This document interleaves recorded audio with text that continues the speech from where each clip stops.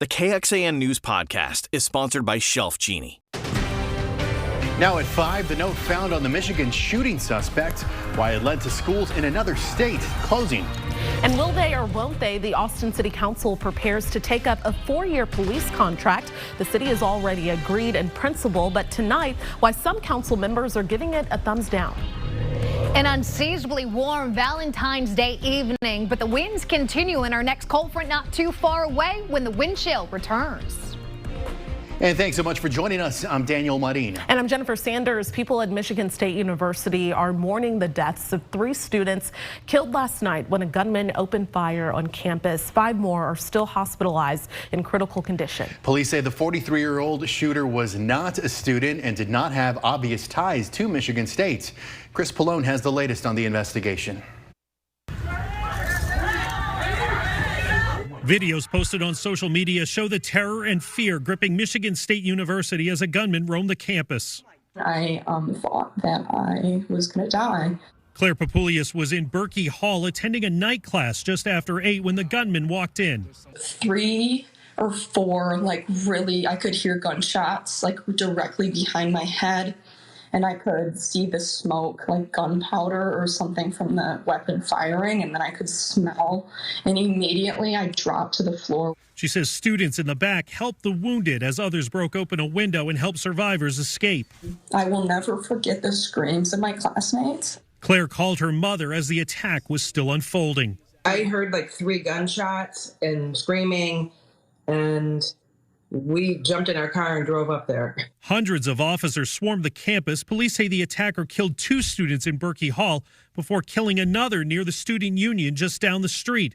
Then, after a short manhunt, police found the 43-year-old gunman dead. They say he shot himself. I'm enraged. I'm angry. Students' emotions boiling over from the constant threat of violence. It shouldn't be that we are having to protect ourselves by barricading doors, hiding in basements.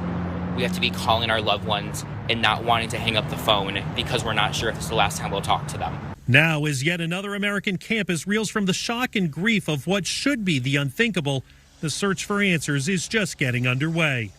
Chris Pallone, NBC News, East Lansing, Michigan. And police say they found a note in the gunman's pocket making threats against 2 schools in Ewing, New Jersey. The city closed its public schools today. They're expected to reopen tomorrow. 5 years ago today, a student opened fire inside a Parkland, Florida high school, killing 14 students and 3 staff members. 17 others were injured in that attack, and the shooter was just recently sentenced to life behind bars. And new at 6, we'll explore new Uvalde-related legislation rolled out today from State Senator Roland Gutierrez. He's jumping off the Parkland anniversary to propose new gun restrictions here in Texas. And while facing strong opposition from Texas Republicans in control, he does have the support of several of the Uvalde school shooting families. Austin police say the body of a missing Austin man, Jason John, was pulled from Lady Bird Lake last night near 30 East Avenue. Now, John was last seen walking nearby on Rainey Street early Sunday morning, and that was on February 5th. Mayor Kirk Watson tweeted that he's in contact with the Trail Conservancy to share the John family's concerns about lighting and safety in that area. First warning weather with meteorologist Kristen Curry. Had a little bit of rain early this morning, but once the sun came up, it was all sunshine from there on out. And right now we're seeing that on clouds and radar. The sun helping to warm temperatures, but so are the winds, believe it or not. Here's a live look outside. Whittlesey Landscape Supplies wet the camera there and Round Rock. You know I love to show this camera because those palm fronds are moving. It's indicating those gusty winds that are still out there at this hour. We've got wind gusts of 15 to about 25 miles per hour in the hill country, and they're noticeable here in the Austin metro. Not quite as strong out east, but still a little air moving. Woo, those winds bringing in some dry air. Look at your relative humidities. Here in central Texas, this is not normal, right? To see those humidity 10, 15%, it's dry air coming in along those west winds, and we do not look to see anything in the way of rain for your Valentine's Day evening plans. Even the temperatures helped out by that warm wind. Upper 70s for this hour, and we'll eventually get down to the low 60s, but still warmer than normal for this time of year. Coming up, what do I have for you? The lighter winds will be here tomorrow, but but they're not calm. Just relatively speaking, not quite as horrible as today. Our cold front's coming. It'll be here tomorrow night, and behind it, even more wind, more fire danger, and some colder temperatures. We're back to near widespread freezes to finish the week. We'll go in detail and talk to you about when those changes will be here and what your weekend looks like. Got another holiday on the backside, President's Day. All those details here in about 10 to 15 minutes. All right, Kristen, thank you very much. Former South Carolina Governor Nikki Haley announced today she is running for president. As Alice Barr reports, she's the first challenger to former President Trump for the Republican nomination, and likely not the last. A political horse race is beginning to take shape, with Republican Nikki Haley today announcing she's running for president in 2024. It's time for a new generation of leadership. The former South Carolina governor and ambassador to the United Nations during the Trump administration is the first to challenge former President Trump for the GOP nomination, earning a mixed response from her ex-boss, who noted she said she would never run against him before wishing her luck. People don't perceive that Donald Trump is as strong as he used to be, and that is encouraging a lot of Republicans who do want to take this step. Florida Governor Ron DeSantis widely considered another GOP hopeful pressed today on his intentions. Nikki Haley announced her presidential run today. Do you plan on following suit? Wouldn't you like to know? President Biden weighing the right time to announce his re-election plans, today expressing grief over yet another mass shooting, this time at Michigan State University. We have to do something to stop gun violence ripping apart our communities.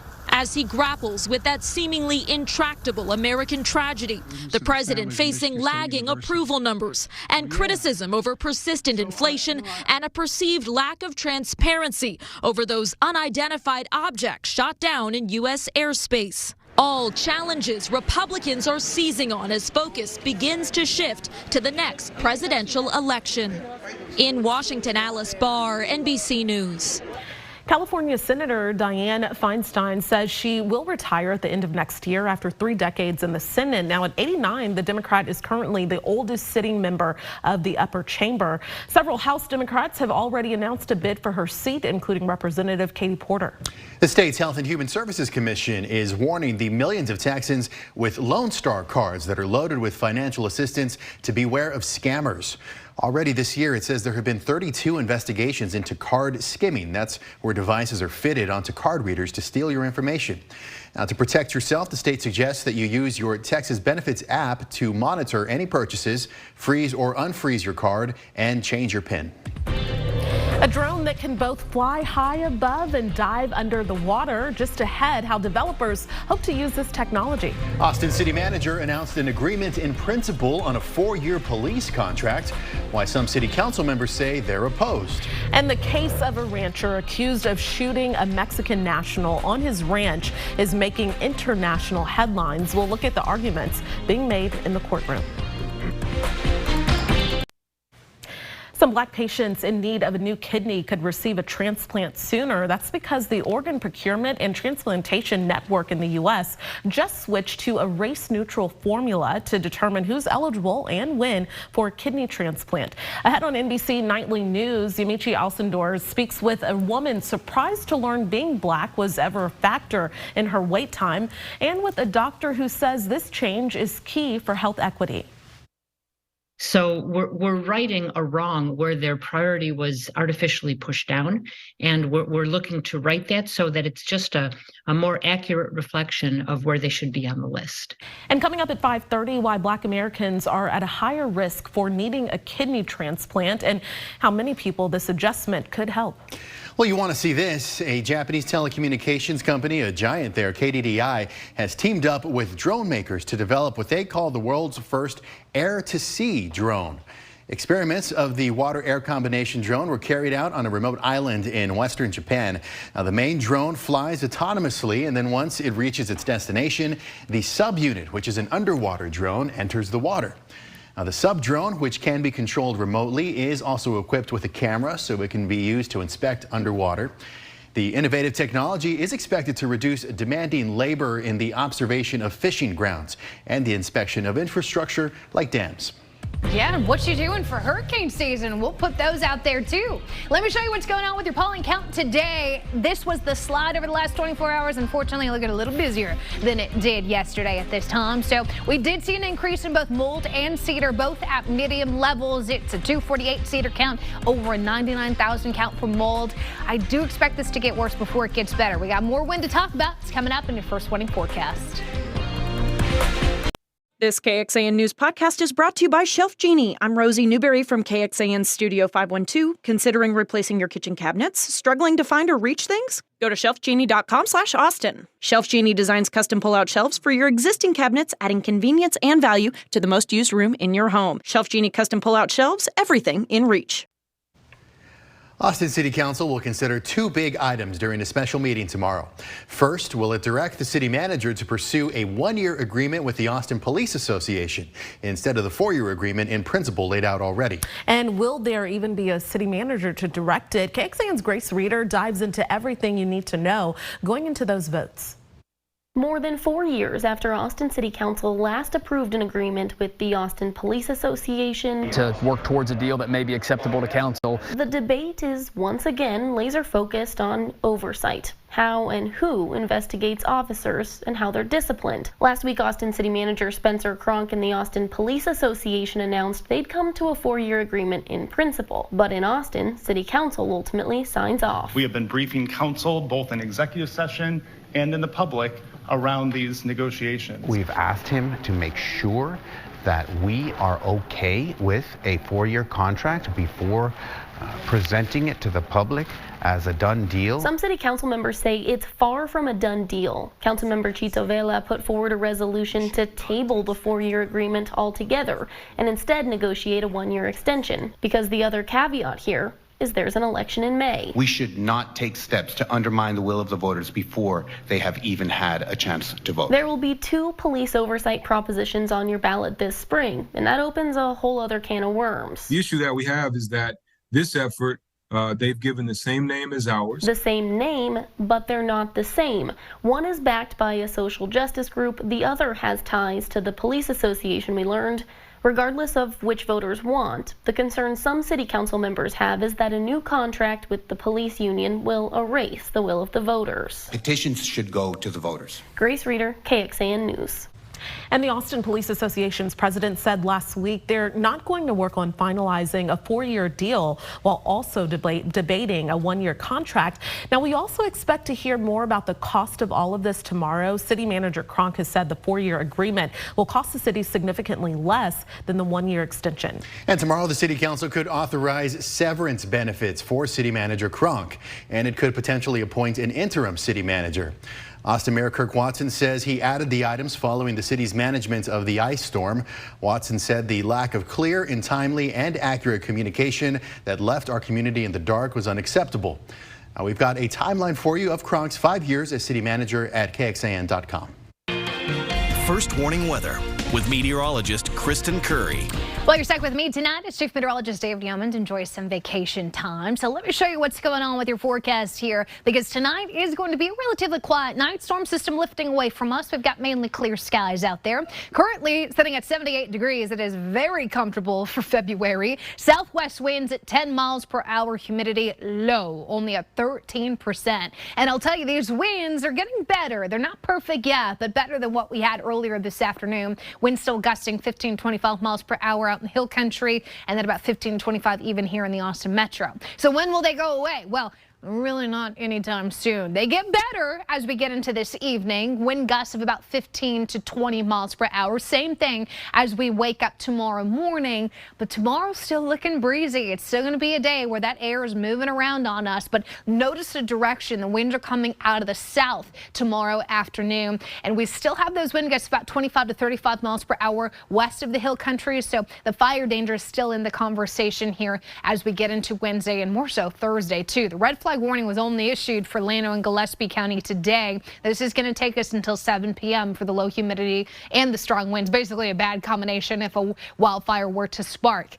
I expect that pink color to be a little more widespread once we hit Thursday, because we got a cold front coming in. Let me talk to you about it, because if I put this into motion starting tomorrow morning, A lot of cloud cover, and we pretty much stick with mix of sun and clouds through the day tomorrow. It's not going to be as bright and blue as what we had today. But the cold front arrives late at night, so I'm talking late Wednesday into early Thursday morning. This is midnight, and yeah, we could squeeze out a little bit of some light rain, but it will not be heavy. It will not be widespread, and that cold front's in and it's out. Behind it, a mix of sun and clouds for your Thursday. Same kind of thing on Friday.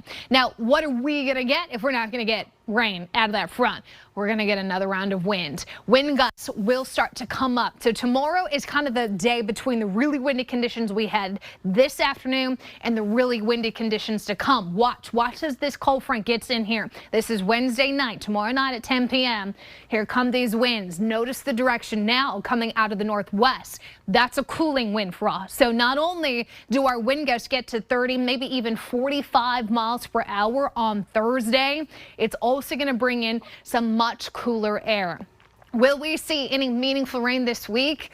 I'm not hopeful. I mean, our rain chance is 20% tomorrow night, and that's the best looking rain chance we've got in the next 6 to 7 days. So over the next week, rain will not be the story. It's going to be the winds, and it's going to be the cooler temperatures. We go from near 82 degrees tomorrow to this thing dropping us down to 50s Thursday, Friday. So you will notice that 20 to 30 degree drop, not only in the afternoon, but also in the overnight hours. We're waking up to a near widespread freeze both Friday and Saturday morning. Now, I'll tell you, your weekend afternoons look better, 60s and 70s. 80s come back as early as next week, but we could see another storm system bring some light rain chances on Monday and Tuesday. Details still a little fuzzy since we're looking that far out, but make sure you're staying up to date with us. We'll, of course, keep an eye on that for you. I want you guys to be prepared for the winds that we've got coming in and that big drop in temperatures by Thursday. The case of a rancher on the U.S.-Mexico border behind bars for 2 weeks now is gaining national attention. Just ahead, the shooting on his ranch and questions about a state law some say should be protecting him from charges. An Arizona rancher has been behind bars for about 2 weeks, accused of shooting and killing a Mexican national on his property less than 2 miles from the southern border. His legal team says the rancher only fired warning shots in self-defense. And as Marky Martin reports, there are growing calls to free the 74-year-old. Do you swear that the information you provided here is the truth and nothing but the truth, so help you God? Yes, Your Honor. The man in the orange jumpsuit, 74-year-old George Allen Kelly, an Arizona rancher charged with first-degree murder in the shooting death of a Mexican national on Kelly's 100-acre ranch along the U.S.-Mexico border. It's alleged that on or about the 30th day of January of 2023, intending or knowing that this conduct would cause death with premeditation, did cause the death of the victim with the initials of GCB. The victim is this man, 48-year-old Gabriel Butamea of Nogales, Mexico, identified by the voter registration card he was carrying. According to court documents obtained by News Nation, Kelly had returned home to eat lunch with his wife after finishing chores. As they were eating, they heard a single gunshot and saw a group of men moving through the trees. Kelly's attorney writes, they were armed with AK-47 rifles, dressed in khakis and camouflaged clothing, and carrying large backpacks. None of them were known to him. He had not given any of them permission to come onto his land. Reportedly scared for his family's safety, Kelly carried his rifle onto the front porch and confronted the men, who allegedly pointed an AK-47 at him. Kelly's attorney says he fired off warning shots high overhead to scare them off, and they fled. After calling the U.S. Border Patrol Ranch Liaison, which aids those living along the border, sheriff's deputies and Border Patrol agents scoured the land and its cameras, but didn't find any trespassers. Hours later at sunset, Kelly found the unarmed body of a man, now known to be Butamea, outside in his pasture. Arizona is a stand-your-ground state, but Kelly's team maintains he did not shoot directly at anyone. And that was Marky Martin reporting. Kelly remains behind bars with $1 million bond. His attorney has filed a motion to have him released or his bond reduced. He's back in court on the 22nd, and multiple fundraisers have brought in more than $300,000 in support. Well, coming up tonight on KXAN at 7, we have all new episodes of Night Court and American Auto. At 8 o'clock, La Brea is all new, and then at 9 o'clock, it's Magnum PI. Before we're back with KXAN News at 10.